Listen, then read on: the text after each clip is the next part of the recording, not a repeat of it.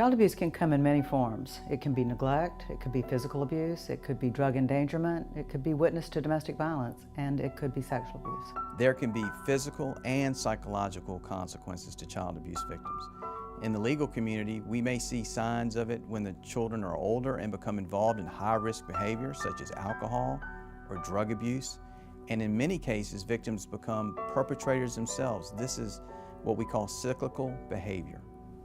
There are long-term consequences of abuse for many children. Some seem to do well and then later in adulthood have some problems because they've kept things inside.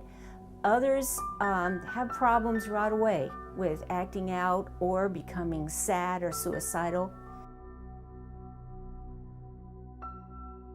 Child abuse is a devastating issue, not just for the child and the family, but for the community. We're always talking about improving education, as well as improving the economic workforce. But if you don't have healthy, productive children and adults, you can't have those things. The earlier you can identify a child that's in a difficult situation, but the less likely they are for it to continue. Crimes involving child abuse victims can be much more complex and difficult because you're dealing with children who sometimes are very young. Children don't have the ability to communicate the same way adults do.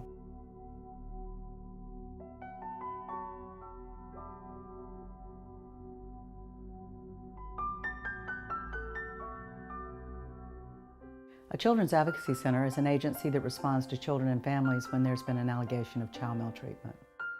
The Children's Advocacy Center model helps in the terms of coordination of services.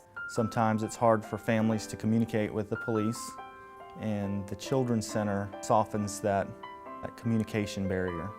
The benefits in working with the Dorchester Children's Center provides us as DSS a partner who helps us with compiling and gathering information when we're investigating child and abuse and neglect issues.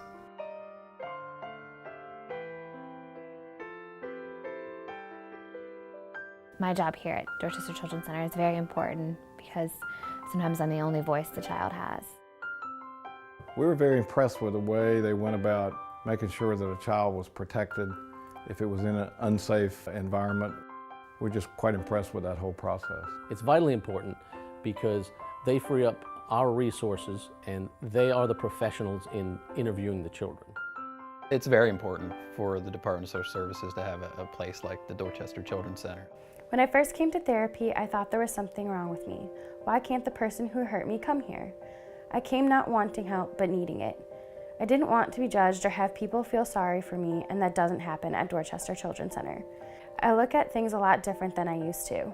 What helped me the most was telling my story, being comfortable about it, not feeling self-conscious, and not blaming myself. Keeping up with the demand is a huge issue for us, and that means personnel to see these children, to do the forensic interviews, and to do the therapy. These cases are growing as our population grows, and there are more of them being reported, and therefore the Dorchester Children's Center has that many more children that they have to see. Since adding the sexual behavior problems program, we have doubled our number of treatment clients at a minimum by being able to serve so many families within a group setting. We just finished a 6,000 square foot expansion to meet the demand, so we're still trying to pay off our mortgage for the new building. So since we're a nonprofit organization, we rely heavily on donations from the community. We don't charge for any of our services, so all of our services are free of charge to the clients that we see. The center provides a number of things. It provides a benefit for the families because counseling is provided if necessary and if accepted. And that provides long-term benefits not only to the abused but to the people who are around the abused. And it's important to keep an organization like the Children's Clinic funded and supported by everybody. Another opportunity to help the center is to volunteer and give us your time and your energy. We put on 2 events per year, and those are the Scrumptious Somerville Kitchen Tour in October and a golf tournament in May. There's always a need for more volunteers because our community is growing. And with the economy and with just everything going on in our society today, unfortunately, there's more and more abuse.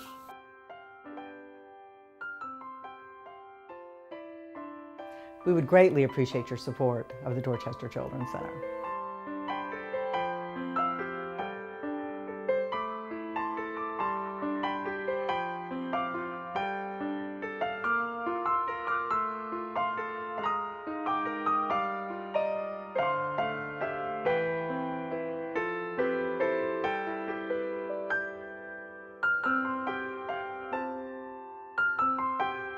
you.